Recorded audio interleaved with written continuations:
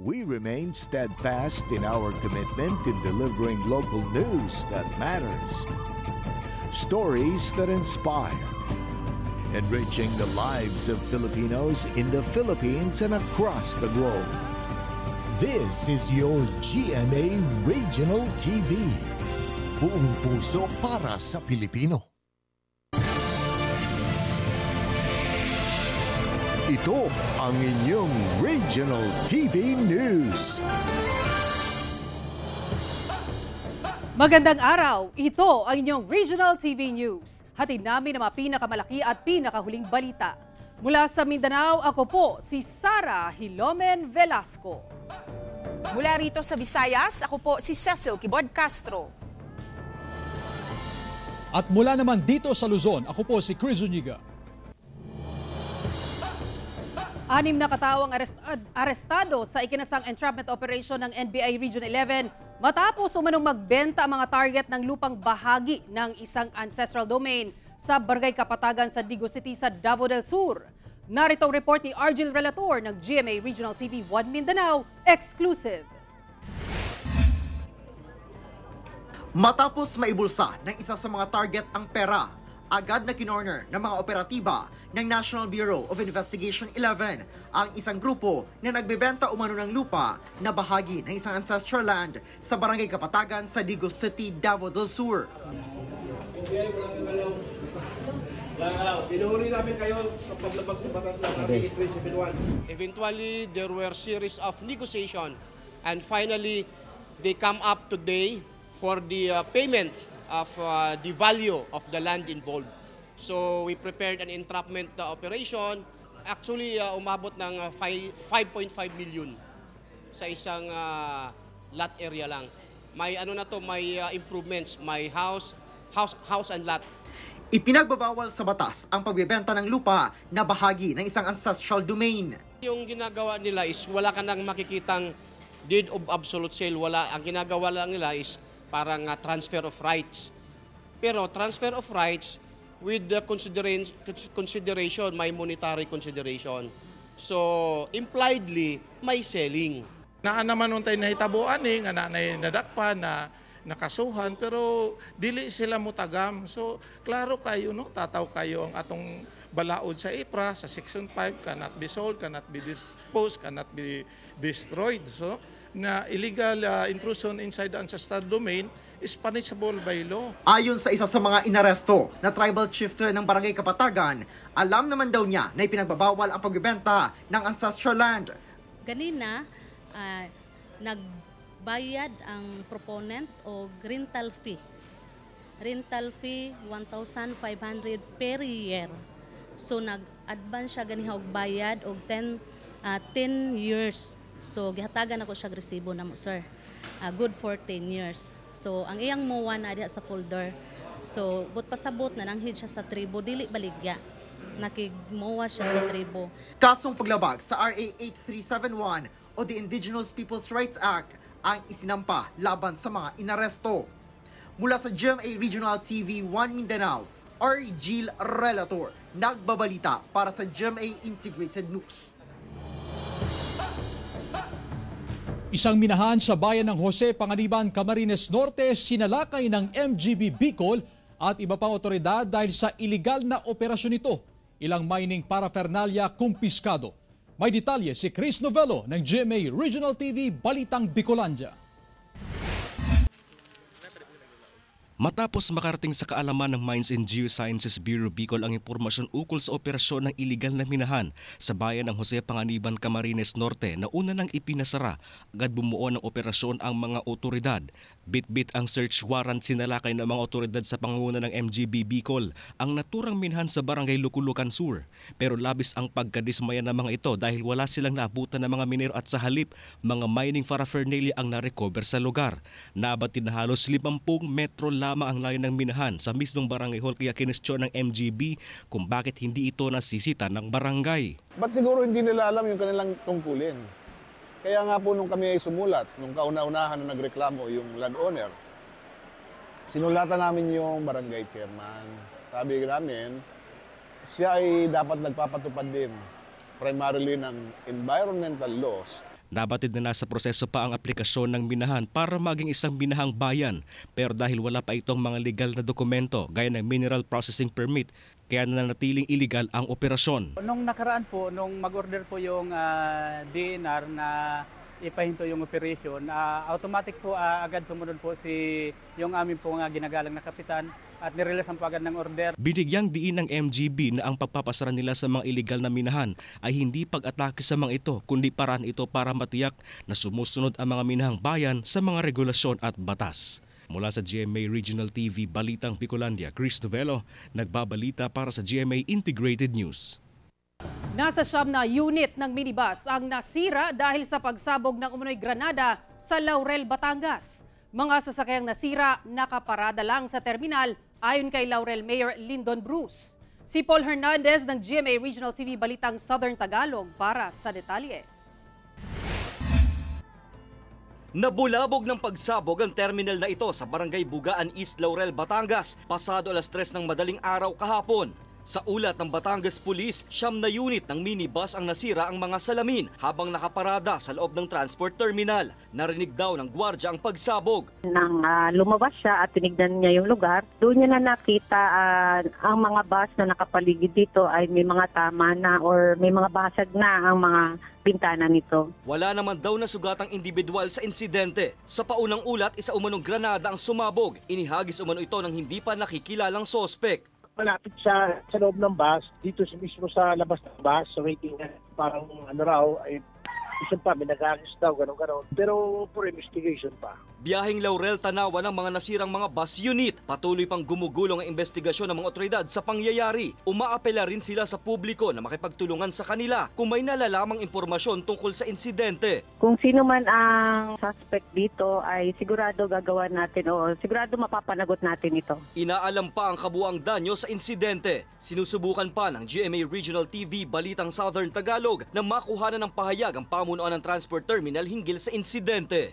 Mula sa GMA Regional TV Balitang Southern Tagalog, Paul Hernandez nagbabalita para sa GMA Integrated News. Isa ang patay habang 2 naman ang sugatan sa magkahiwalay na aksidente sa Batangas. Ang detalye sa report ni Denise Abante ng GMA Regional TV Balitang Southern Tagalog. Nasawi ang 25 anyos na si Felix Alvarez Tubong Gumaca, Quezon at kasalukuyang naninirahan sa Barangay Bangin, Agoncillo, Batangas nang sumalpok ang minamanehong tricycle sa street light sa bahagi ng barangay gitna ng parehong bayan. Sugatan naman ang isa pang kasama ni Alvarez na agad dinala sa ospital. Sa investigasyon, patungo sana sa barangay poblasyon ang tricycle nang mawalan umano ng kontrol ang driver sa manibela. Sa CCTV footage na ipinadala ng Agoncillo Police Station sa GMA Regional TV Balitang Southern Tagalog, makikita ang mabilis na patakbo ng driver sa kanyang tricycle. Mang siya tinitignan na, ito na naman tayo, edi nakainom. Pero sobrang bilis po kasi ng takbo. Tapos umanga daw sa street light, nakita ko po talaga yung street light ay wasak talaga ma'am. Sinisika pa ng GMA Regional TV Balitang Southern Tagalog na makipag-ugnayan sa pamilya ng biktima para sa kanilang pahayag. Sugatan naman ang 30 anyos na si Rowen Asi matapos mabangga ng SUV ang kanyang tricycle habang nakaparada sa terminal sa bahagi ng Barangay Paliocan West, Batangas City. Naputol din ang 2 poste na ito ng masalpok ng SUV. Ayon sa pulisya, nawalan daw ng kontrol sa manibela ang driver ng SUV. Nagkaayos na ang magkabilang panig. Nag-swerve siya sa opposite direction and then collided head-on doon sa tricycle na nakaparada naman doon sa shoulder. Pwedeng mangyari na napaidlip or sinamaan ng lasa or mechanical failure ng sasakyan. Mula sa GMA Regional TV Balitang Southern Tagalog, Denise Abante, nagbabalita para sa GMA Integrated News. Isang pulis na miyembro ng Explosive Ordnance Division o EOD sa Lanao del Norte ang patay matapos masabugan ng improvised explosive device habang nagsasagawa ng clearing operation sa blast site sa tower ng National Grid Corporation of the Philippines sa Kauswagan, Lanao del Norte. Pasado 1:00 Biyernes ng madaling araw nang may sumabog sa tower ng NGCP sa Purok 3, Barangay Pation, Kauswagan, Lanao del Norte. Agad nagsagawa ng clearing operation ang mga miyembro ng Lanao del Norte Explosives Ordnance Division. Pero may sumabog na isa pang IED na nagresulta sa pagkamatay ng isang pulis na miyembro ng EOD team. Naisugod pa sa ospital ang biktima pero idineklara na itong dead on arrival. Hindi pa matumbok ng kapulisan ang responsable sa mga nasabing pagpapasabog pero kontrolado na raw nila ang sitwasyon. Sinisikap namang ibalik ang supply ng kuryente sa lugar. All the procedures are being done by our EOD personnel. However, may ano lang talaga, medyo disgrasya talaga. Kaya naputukan yung ano. But all the procedure, ginawa po ng ating mga EOD. Traslasyon procession ng Peña Francia Festival sa Naga City, Camarines Sur, dinagsa ng libo-libong deboto. Kabuo ang aktibidad, naging mapayapa ayon sa PNP. Si Jessica Kalinog ng GMA Regional TV Balitang Bicolandia para sa detalye. Tuwing ika-8 ng Setyembre, ipinagdiriwang ang kaarawan ng Mahal na Birheng Maria. At sa Bicol Region, mas naging espesyal ang pagdiriwang nito ngayong taon dahil saktong natapat ito mismo sa pinakamalaking religious activity sa rehiyon, ang Traslasyon Procession o ang paglipat sa mga imahe ng El Divino Rostro at Nuestra Señora de Peña Francia mula sa Peña Francia Shrine patungo sa Naga Cathedral sa Camarines Sur. Tinaluhan ito ng libu-libong deboto at pilgrims mula sa iba't ibang panig ng Pilipinas at maging sa ibang bansa, kung saan ayon sa Joint Operations Center, pumalo sa 950,000 ang final crowd estimate. Kasi po may hilang po ning pantuluming aki. Mi po na para marahay man po sila.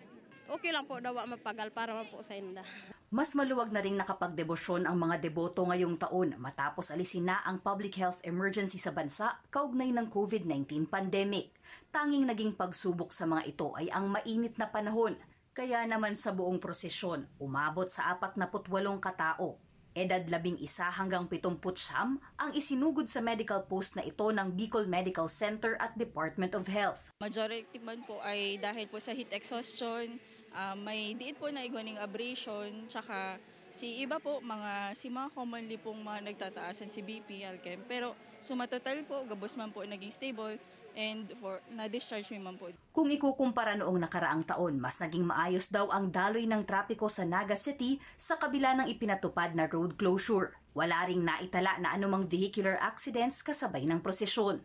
Kaya para sa Naga City Police Office, generally peaceful daw ang naging traslasyon procession ngayong taon.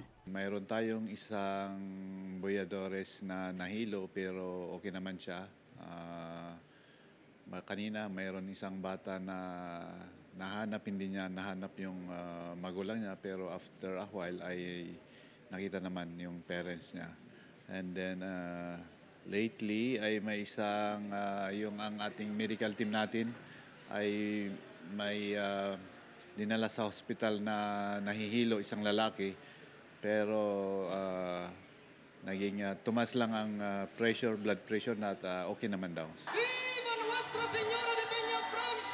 Matapos ang traslasyon procession, pansamantala munang babalik sa kani-kanilang mga pinanggalingang police station ang mga augmentation force at inaasahang babalik ang mga ito isang araw bago ang fluvial procession sa September 16. Mula sa GMA Regional TV Balitang Bicolandia, Jessica Kalinog, nagbabalita para sa GMA Integrated News. Labis naman ang kasiyahan ng isang pamilyang Pinoy na kasalukuyang naninirahan sa Mongolia dahil ang kanilang kambal na sanggol ay hinalikan ni Pope Francis nang bumisita ito sa Mongolia. Biyaya raw itong maituturing para sa kanilang pamilya. Narito ang report ni Abby Caballero ng GMA Regional TV 1 Mindanao.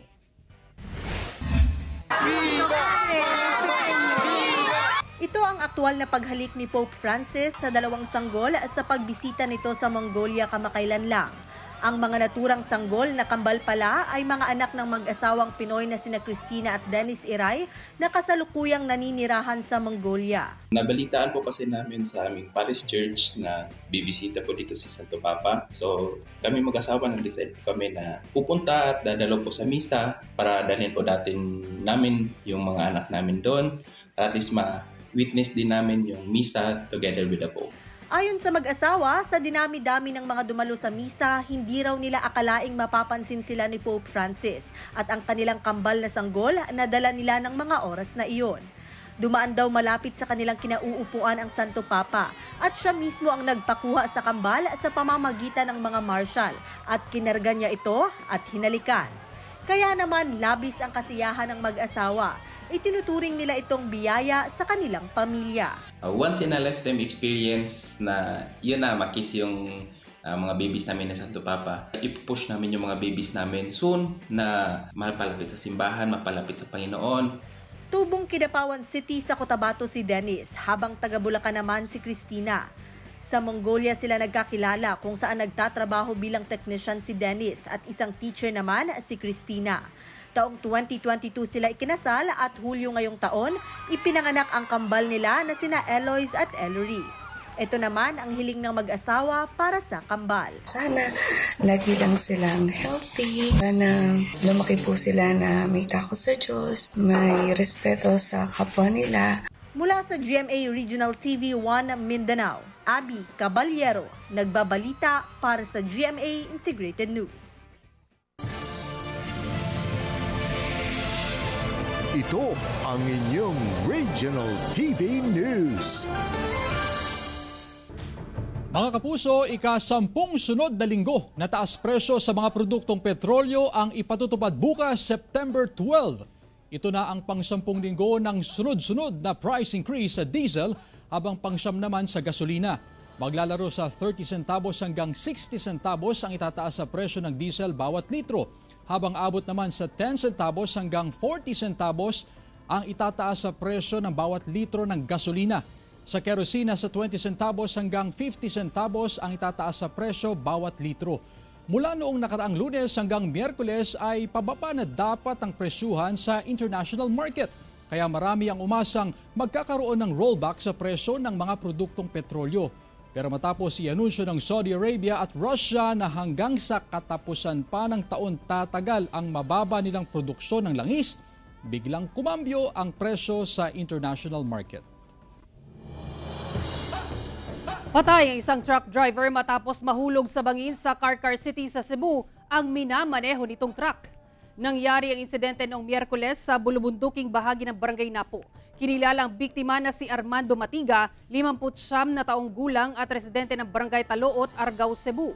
Ayon sa investigasyon ng Carcar City Police, galing ang truck sa Minglanilla at papunta sa bayan ng Sibonga para mag-deliver ng buhangin.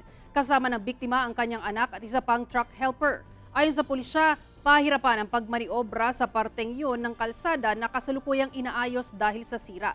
Nangyari ang aksidente matapos mahulog ang 2 gulong ng truck sa gilid ng kalsada. Bago mahulog ang truck, 50 meters pababa, nagawang tumalon ng 2 kasama ng driver mula sa truck. Ayon sa pulisya, sinabihan umano ng anak si Armando na tumalon, subalit hindi na nito nagawa.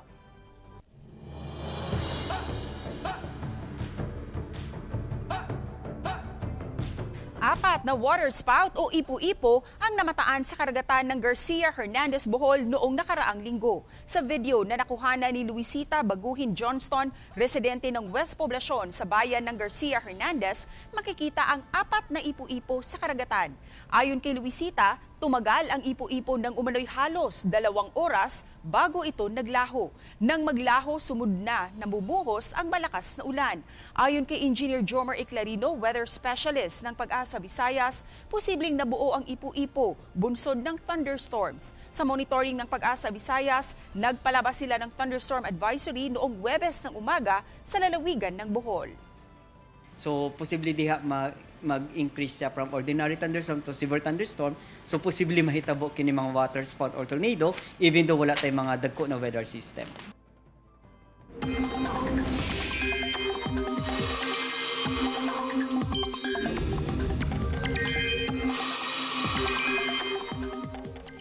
Patuloy na binabantayan ng Pag-asa ang 2 low-pressure area sa loob at labas ng Philippine Area of Responsibility. Ang unang LPA na mataan 875 kilometers east-northeast ng extreme northern Luzon, nasa loob yan ng PAR.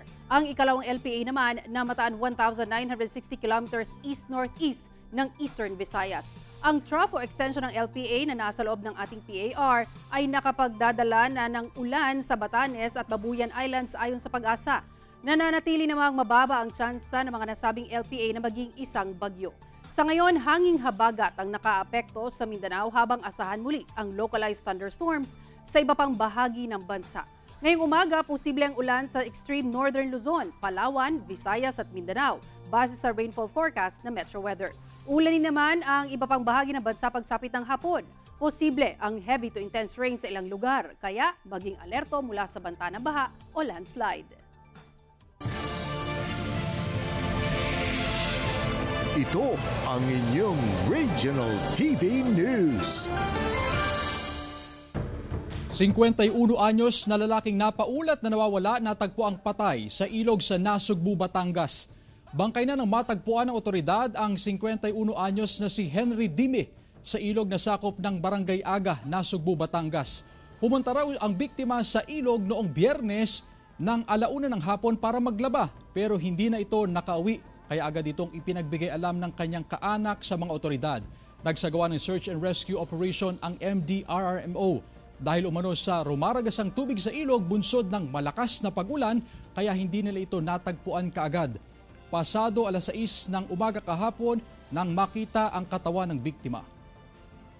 Ayon po sa mga saksi, malakas daw po ang ulan sa gawing silangan ng ilog kung saan nagmumula yung agos ng ilog. Habang naglalaba yung tao sa hindi niya inaasahan pangyayari, bigla na lang bumulusok yung baha galing po sa silangan na hindi niya inaasahan. 2 bahay sa Dumangas, Iloilo, tinupok ng apoy. Umabot sa mahigit 2 million pesos ang naitalang danyos. Nagpapatuloy ang investigasyon ng Dumangas Fire Station sa nangyaring sunog sa Barangay Aurora del Pilar, Dumangas, Iloilo, Biyernes ng madaling araw. 2 bahay ang totally burned, kabilang na ang bahay ng dating Sangguniang Bayan member ng bayan na si Rose Durumal. Sa inisyal na investigasyon ng BFP, nag-umpisa ang sunog sa bahay ng pamilya Durumal. Tinitingnang problema ng linya ng kuryente ang sanhi ng apoy. Tinatayang mahigit sa 2 million pesos ang danyos na iniwan ng sunog. Itinanggi naman ng BFP na hindi agad sila nakarating sa lugar kahit na nasa 20 meters lang ang layo ng kanilang istasyon sa mga nasusunog na bahay. At ang sabi-sabi na wala raw tubig ang fire truck. Ayon sa Dumangas Acting Fire Marshal, mabilis na lumaki at kumalat ang apoy dahil gawa sa light materials ang mga bahay. Upon receive ng na information, pinuntahan na kagad namin. We did firefighting right there and then. Inanon pa namin na forcible entry kami sa bahay kasi nga nakalock. Then upon opening the door, yung buong kisame nagliliyab na. We did everything na hindi na mag-further ang sunog. Kinoronahan na ang Mr. and Miss Tourism Gensan 2023 na isa sa mga aktibidad ng 25th Tuna Festival sa General Santos City. Samantala, nagpakilig naman si kapuso artist Lu Conde na nag-perform sa pageant. Tunghayan sa report ni Abby Caballero ng GMA Regional TV 1 Mindanao.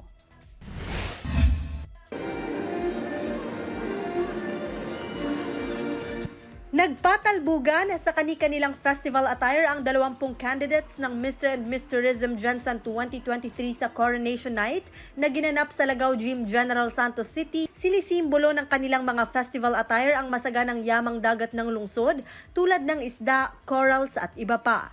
May kanya-kanya rin silang advokasya upang mapangalagaan ang karagatan. Elegante naman ang mga candidate sa kanilang evening gown at formal wear. The best thing about Gensan is it is not defined by our infrastructure. It is about the people who call it home, and that is us.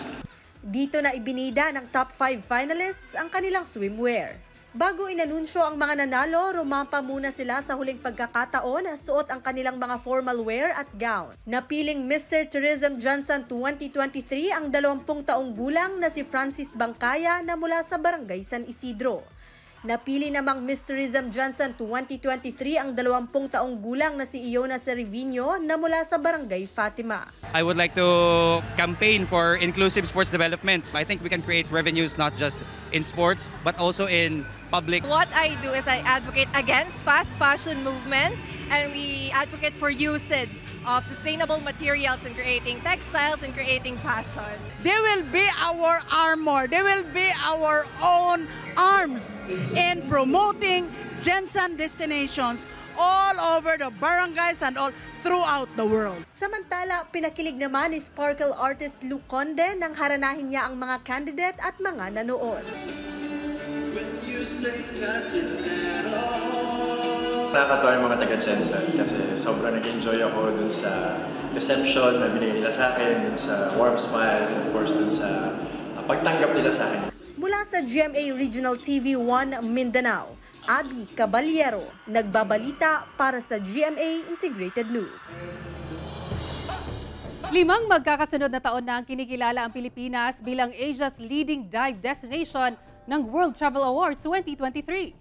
Ang bansang binubuo na mahigit sa 7,600 isla na pungkudtangi muli sa ika-5 pagkakataon sa World Travel Awards 2023 ng hiranging Asia's leading dive destination, ang Pilipinas. Walang duda ang hatak nito sa mga diver at turista dahil sa naggagandahang diving sites, underwater creatures at kahangahangang marine life. Ayon sa World Travel Awards 2019, unang nakuha ng bansa ang pagkilala hanggang sa nagtuloy-tuloy ng namayagpag ang ganda ng Pilipinas. Malaysia, Indonesia at Thailand ang mahigpit daw na nakakatunggali ng Pilipinas sa kategorya. Ayon sa Department of Tourism, patunay raw ito na ang mega biodiversity ng karagatan ay walang katulad kaya't patuloy na minamahal at binabalik-balikan ng mga turista. Nasungkit naman ng Indonesia ang pagkilalang Asia's leading beach destination na may ilang ulit na ring nagawad sa Pilipinas. Samantala, mapapanood niyo po ang episode na ito sa official website ng GMA Regional TV, www.gmaregionaltv.com. Pwede rin kayong bumisita sa aming official YouTube channel, GMA Regional TV, at i-click ang subscribe button para sa pinakamaiinit na balita mula sa mga rehiyon. Nais naming pasalamatan ang mga kapuso sa iba't ibang panig ng Pilipinas, maging ang mga kapuso natin abroad. Dahil sa GMA Regional TV, local news matters. Kami ang Regional TV News, buong pwersa para sa mas malaking misyon at mas malawak na paglilingkod sa bayan.